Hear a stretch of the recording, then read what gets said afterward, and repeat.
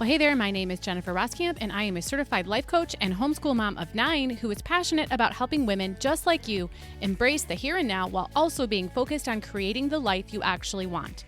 As a midlife mom in her 40s, about to be a mom in my 50s, I've realized that it's so easy to lose yourself in caring for your family, your home, and all the things. Until one day you realize you're not even sure who you are anymore or what you even want in life. So on this podcast, we're going to work on managing yourself well so that you can manage all of the other things and people well too. So let's dive into what it means to manage your home, your time, your family, and yourself well. This is the Intentional Midlife Mom podcast.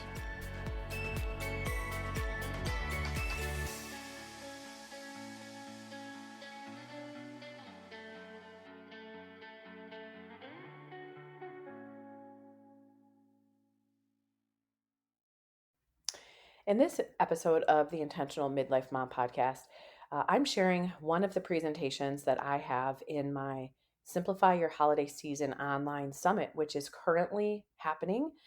It is free to attend, but you do need a ticket. You can get your ticket at simplifyyourholidayseason.com. So, in this presentation, I'm talking about setting boundaries and saying yes to less. This was kind of a surprise presentation in the summit, and I created it because for a couple of weeks prior to the summit, I was asking attendees, "What are your biggest struggles? What do you struggle with during the holidays? What is always hard for you?" And my goal was I wanted to hear what they said. I wanted to hear what their biggest struggles are, and whatever they said, that's what I would create a bonus surprise lesson on. And so that's what I did. So, this idea of setting boundaries during the holidays and knowing that a lack of boundaries makes things challenging for you, or knowing that you say yes to way too many things and you need to say no to more things, if that resonates with you, know that you are among the majority of the summit attendees who said they struggle with the exact same thing. So I'm excited to share this presentation from the summit with you. Hopefully you find it helpful, and make sure that you have your free ticket. There is 23 presentations in the summit. There is so much helpful things there. We talk about routines. We talk about holiday logistics. We talk about sharing your faith during the holidays if you'd like to do that. We talk about holiday travel and how to simplify that.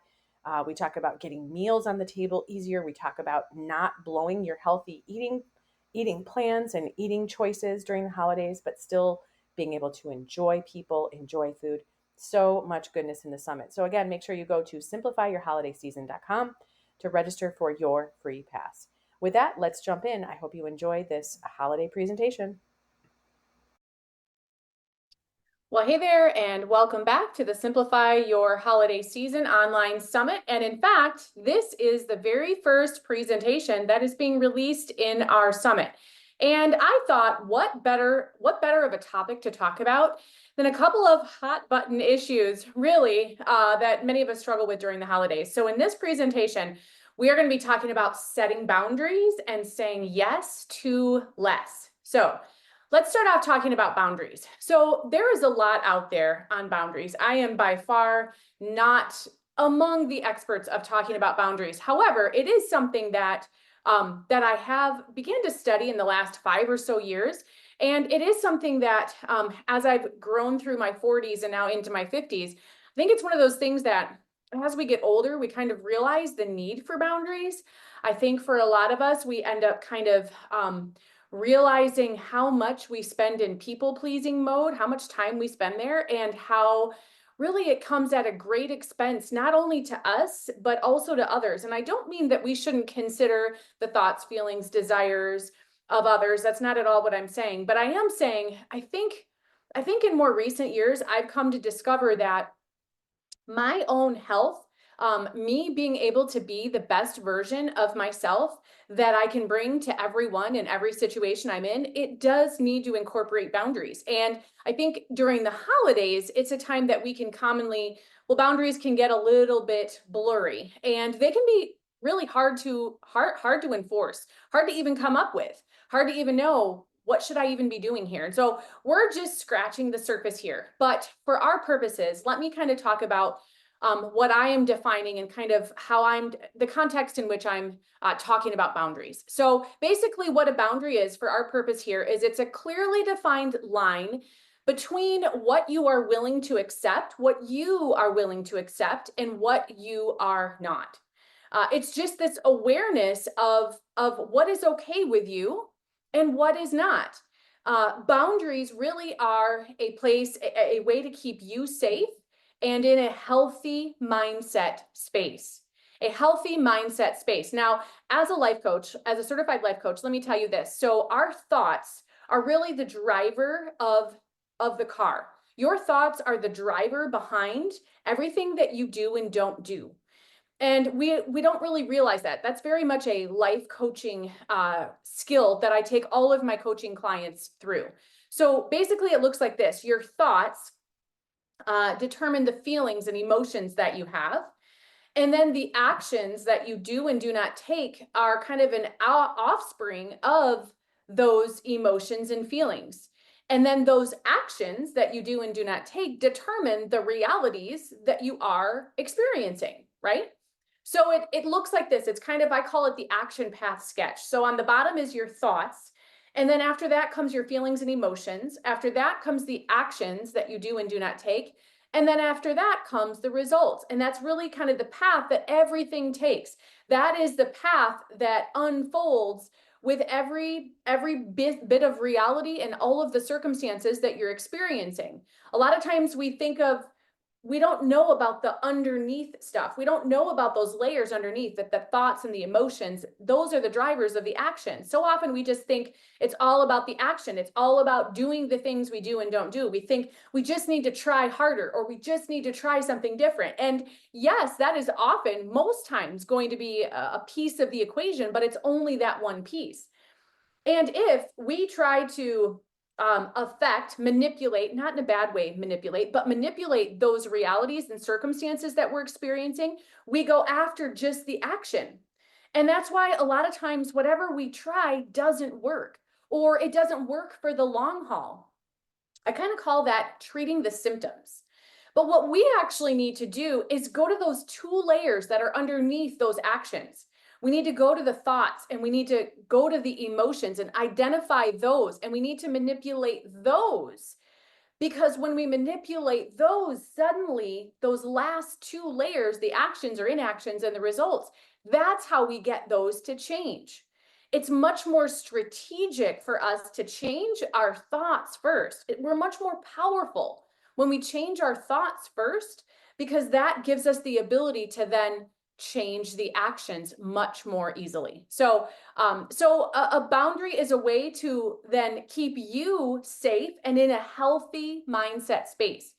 Because the healthier your mindset is, the healthier and more desirable and more intentional the actions that you take are going to be. And thinking about that action path sketch, what then happens after that? If you're taking desirable actions, if you are taking the correct actions or the best actions that you can take, you can see how now there's a greater likelihood that you're going to experience the results, the circumstances that you actually want to experience. So that was a little added on to our discussion on boundaries. But boundaries are a way to have you have a healthy mindset space. Boundaries are not a way to keep others out. Boundaries are also not a way to control others, because in reality, you can't control others. We try. And I think that's, again, something that we figure out as we go through our years. I know that is certainly a realization that I've come to, not only through my study of life coaching over these past 5 or 6 years. I came to learn that, hey, that actually is true. I think that's something that we do just kind of discover as we get older as well, that we discover, you know what, we can try to influence others, but we can't control others. And what happens is when we don't recognize that, we can run ourselves ragged trying to control others, and trying to control situations that we really just can't control at the end of the day. And so boundaries are not a way to control others. In fact, boundaries really aren't about others at all for our purposes here. For our purposes here, it's important to know that boundaries are about you. And so, with that in mind, here is a simple 3-step process you can use to put up any necessary boundaries this holiday season, or really any time at all. So, first, let me make something clear about that word simple that I just used. Simple means simple in concept, simple to understand, simple to follow. It does not mean simple or easy to execute. In the case of boundaries, they can be really messy at times. But what we're talking about here, this 3-step process, really is a great place to start. So, step number 1 is to ask yourself, what is my defined line? Remember how I said a boundary is a way of determining, of really deciding what you're willing to accept and what you are not. So, what is that line? I'm willing to accept this. Now I'm at this boundary line. I'm not willing to accept this over here. So, you have to determine what is that line for you. So, for example, I'm willing, this could be what a boundary would look like. I'm willing to go to this particular holiday gathering, right? This is what I'm willing to accept. I'm willing to say I will come to this gathering, but I'm not willing, now here's this line, I'm not willing to stay beyond 8 p.m., right? So you can see this is what I'm willing to accept and this is what I'm not. And so when it comes to different situations during the holidays, and again, any time of the year really, it's a matter of you deciding what is acceptable to you and what isn't. And that is a very good example of what that would look like. I'm willing to come to the gathering and do these types of things, but I'm not willing to stay beyond 8 p.m. Or I'm willing to come to this gathering, but I'm willing to bring a dish or two, but I'm not willing to, take exactly what you tell me I have to bring and whatever else it might be, right? Boundaries can appear in a lot of different ways, but again, it's this, they all take the same structure of this is what I'm willing to do and this is what I'm not. This is what I'm willing to accept and this is what I'm not. Okay, so that's step number 1.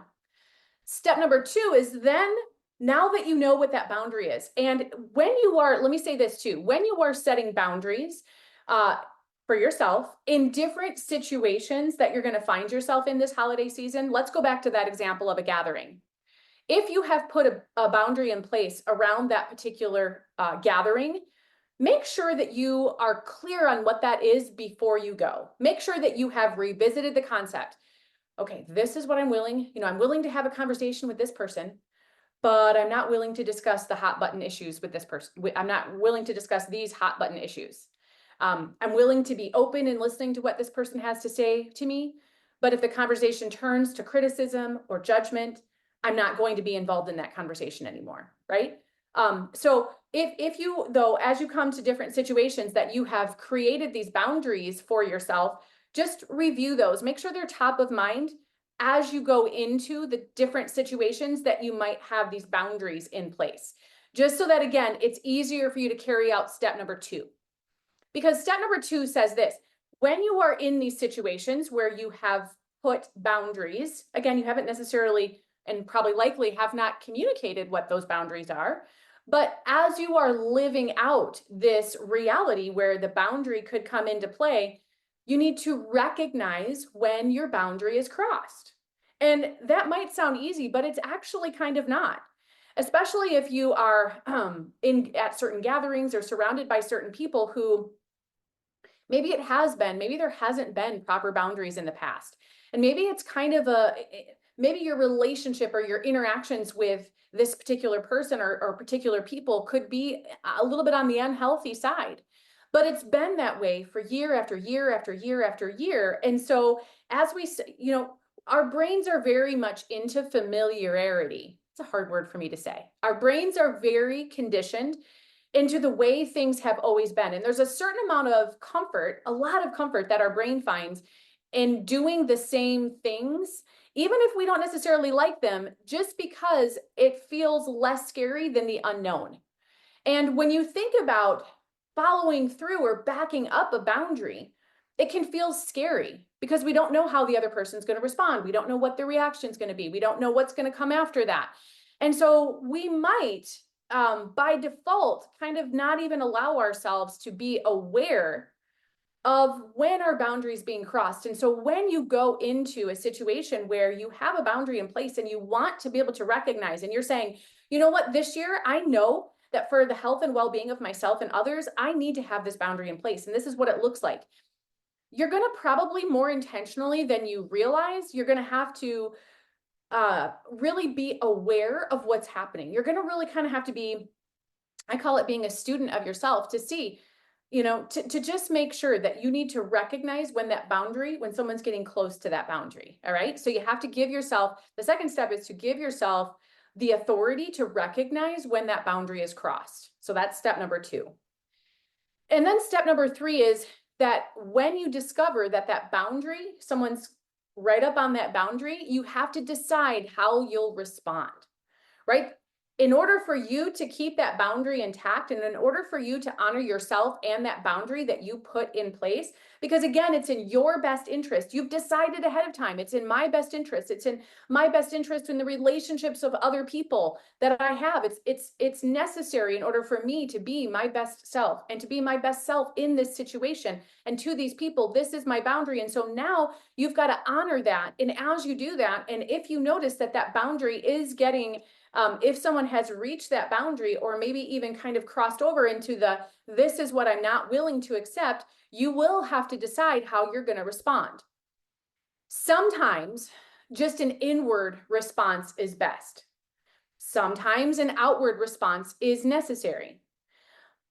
All that to say, a lot of times your boundary isn't going to be spoken. You're not going to speak about that boundary to anyone else. It's just going to be this inward knowledge and this inward decision that you have made. And it's not going to require you to communicate that to anyone else. It's simply just going to require a response from you. You will respond in a certain way when that boundary is being touched or maybe even crossed over.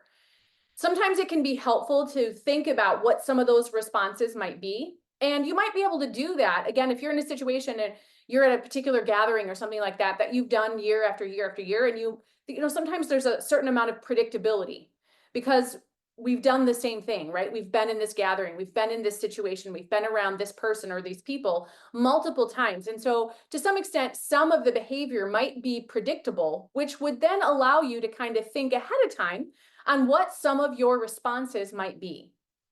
But I will say, even in those situations, you want to go into it with an open mind, knowing that, giving yourself the freedom to also respond as you see best in that moment. Sometimes we may have kind of a preconceived idea of how we'll respond, but we do need to give ourselves, it serves us well in most cases, I think, to give ourselves the freedom to also sway from that in the moment if we feel that that is best. But you need to then, in that moment, when you determine, yes, this boundary is here and it's being challenged, you'll need to, the third step says, you'll have to decide how you want to respond. So here are some other things to consider in terms of this. You might want to consider making a compromise, right? Compromises are so useful when they can be implemented. So let me give you an example of this. Sometimes you might be, let's just say that you're invited to a particular gathering in December. And let's just say that this gathering is, let's just say that you're invited to a gathering for Christmas Eve. But Christmas Eve is when you always do Christmas with your family. You've got your own traditions that you want to uphold and that you want to take part in on Christmas Eve. You don't necessarily want to sacrifice that, right? And so you're invited to this gathering and someone says, hey, we're doing this on Christmas Eve. And maybe a compromise could be in order, right? So you might be able to say, yes, we could come for a short time from 3 to 4:30, but that's really all we could do. Now, if you wanted to push the gathering into January, we could make a whole day of it.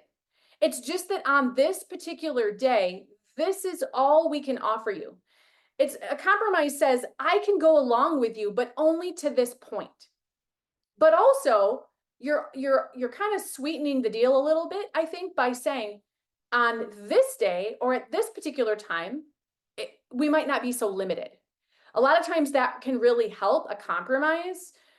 It can help it feel like a compromise on both sides. Sometimes it's hard to get the other side to kind of recognize that there's a compromise. But it can help them recognize that if we kind of give them an either or situation. We can come for an hour or an hour and a half in December, or we could make a whole day of it, maybe do this, that, or the other thing in January. So it's totally up to you, right? But making a compromise, that's one thing to consider when we're talking about boundaries. Something else that is really powerful to consider is setting up a boundary proactively by taking control of a situation. So let me give you an example of what this means. Instead of feeling pressured to attend a gathering that could pose a problem for whatever reason, you volunteer to host the gathering instead. That way, you control the circumstances and you control the variables. So again, you know that this particular gathering, again, has these challenges, calls into question some of these boundaries that you're wanting to put in place this year. What if you just proactively, ahead of the game, changed the game? And you know what? I would love to host this year. So instead of, what about if this year I just hosted and it looked like this, right?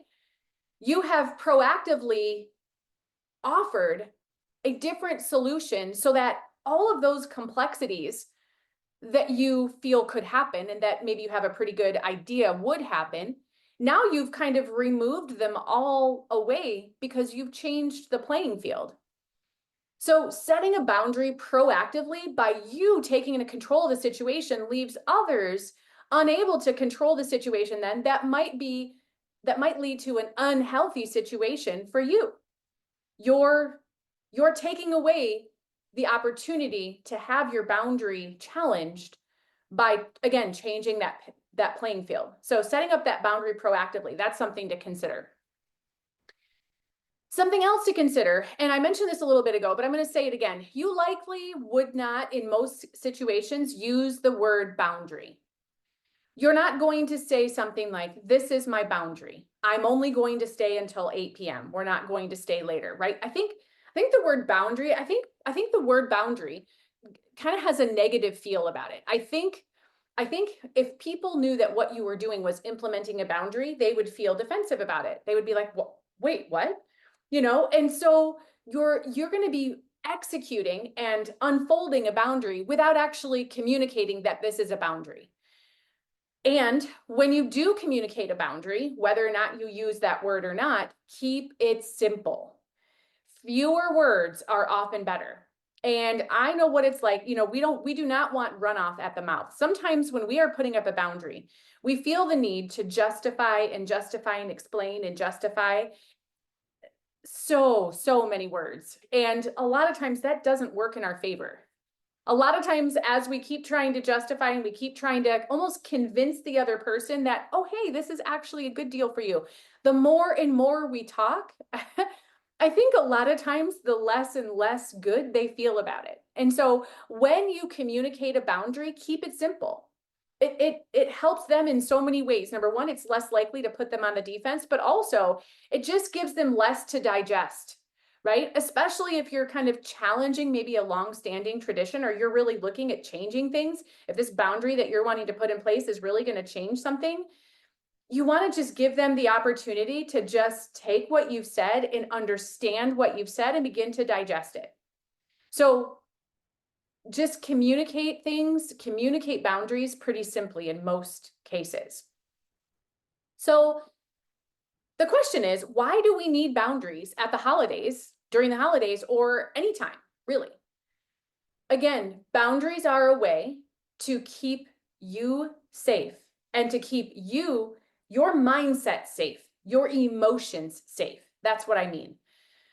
When we say yes, and it should be a no, that's the situation that we want to avoid. Because when we say yes, but it really should be a no, we can often feel things like frustration. And I think we can probably all raise our hands because we can think of a situation where we have said yes and it should have been a no, and we feel frustrated as a result. Sometimes when we say yes and it should be a no, we feel as though we are being taken advantage of. But here's my question. Are we? Are we really being taken advantage of? I might challenge that. I might challenge that by saying, if someone just presented you with the opportunity and you chose to say yes, I'm not sure that, and you did say yes, I'm not sure that that person is taking advantage of you. You decided to say yes.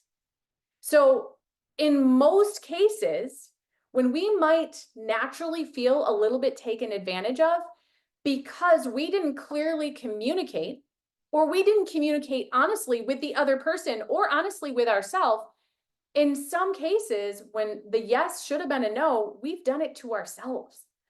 And sometimes that can be a little bit painful to realize. Again, it's kind of our human default to just feel taken advantage of. But we don't often, none of us humans do, right? None of us humans kind of look at all sides of the coin. It's real easy for us just to look at the one side of the coin that really just kind of makes us feel better, because it makes us feel a little bit uncomfortable to think about the fact that, you know what, I realize I want to blame the other person, but really, I'm not sure blame belongs there.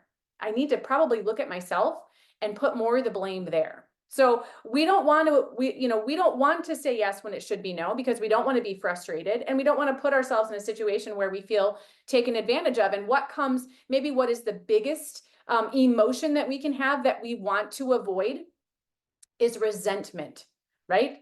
Raise your hand if you've ever said yes when it should have been no. And as a result, as you're carrying it out, as it's happening, you're actually feeling resentful towards the other person that you're doing it. But again, you walked into it. You walked into saying yes when it should have been no. And we don't want that.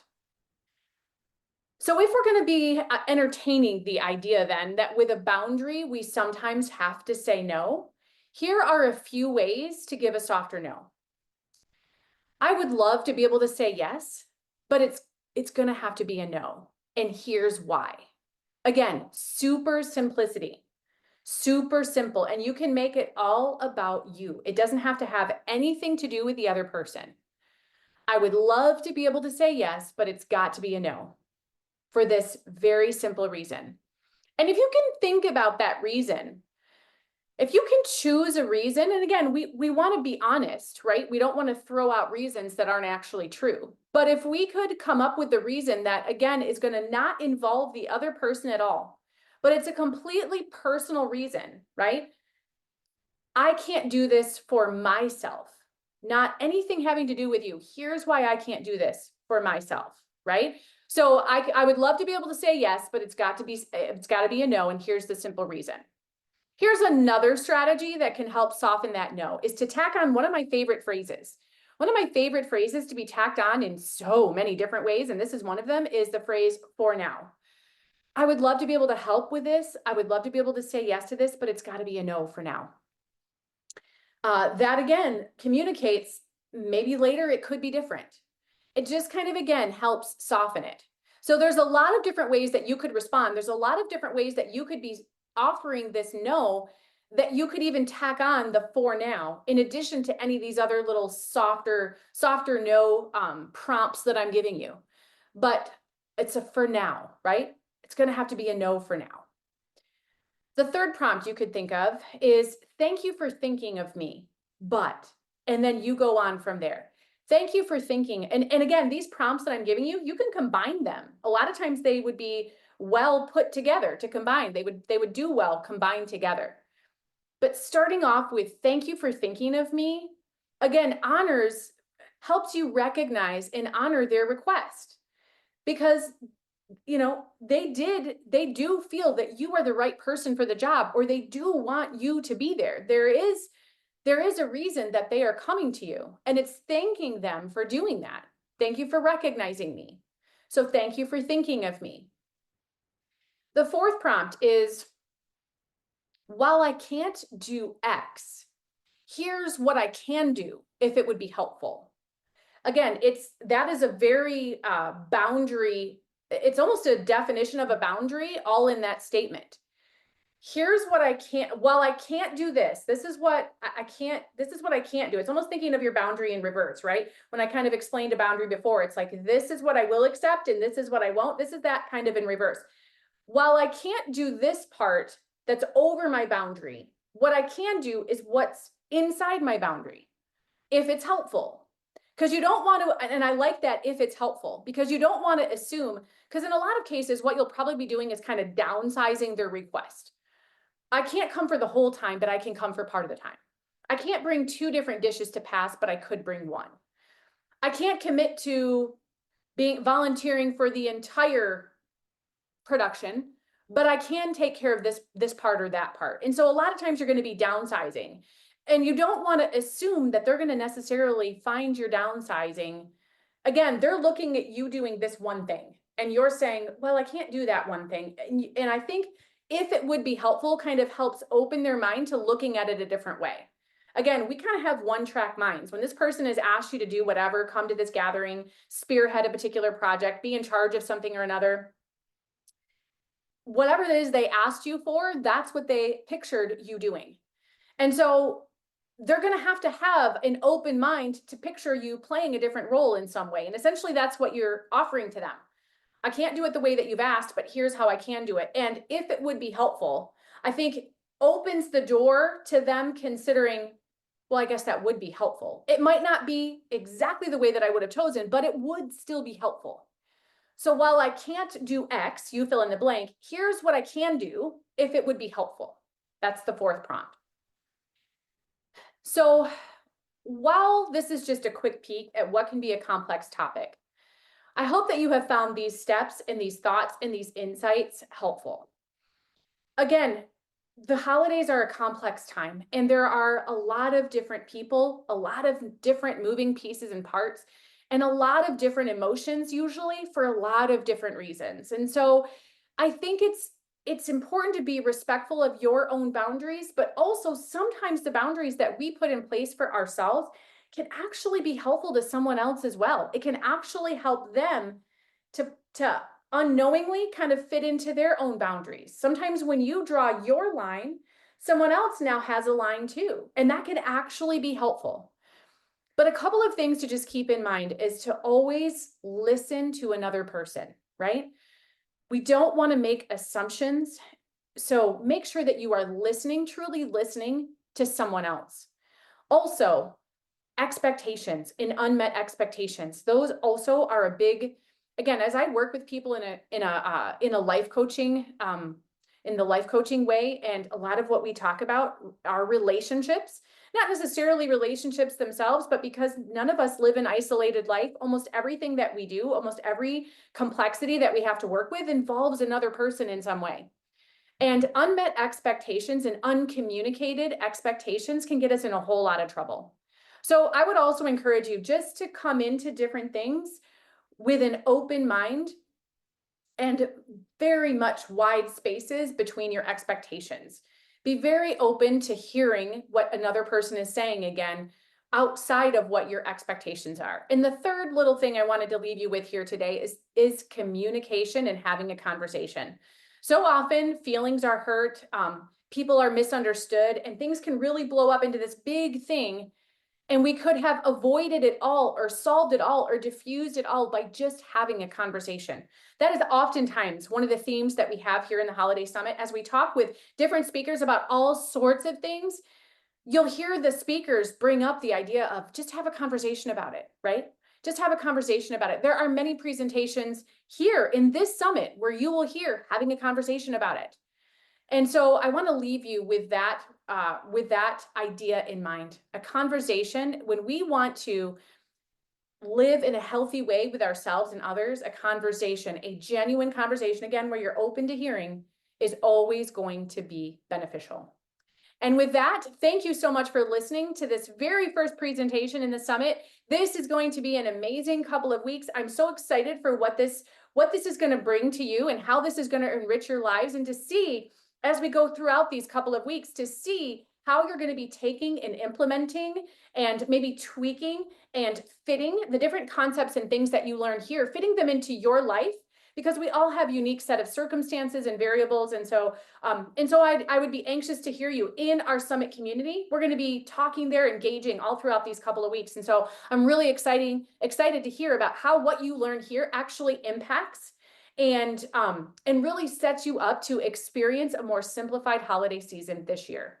So if you have enjoyed this presentation, you are going to want to make sure to upgrade your pass to the Summit Superstar All Access Pass so that you can have unlimited and lifetime access to this presentations, presentation, all of the other presentations, cheat sheets, transcripts, audio files, all the good stuff. You're going to want to make sure that you upgrade that pass. So thank you so much for joining me, and I will see you in the next session. Bye-bye, everyone.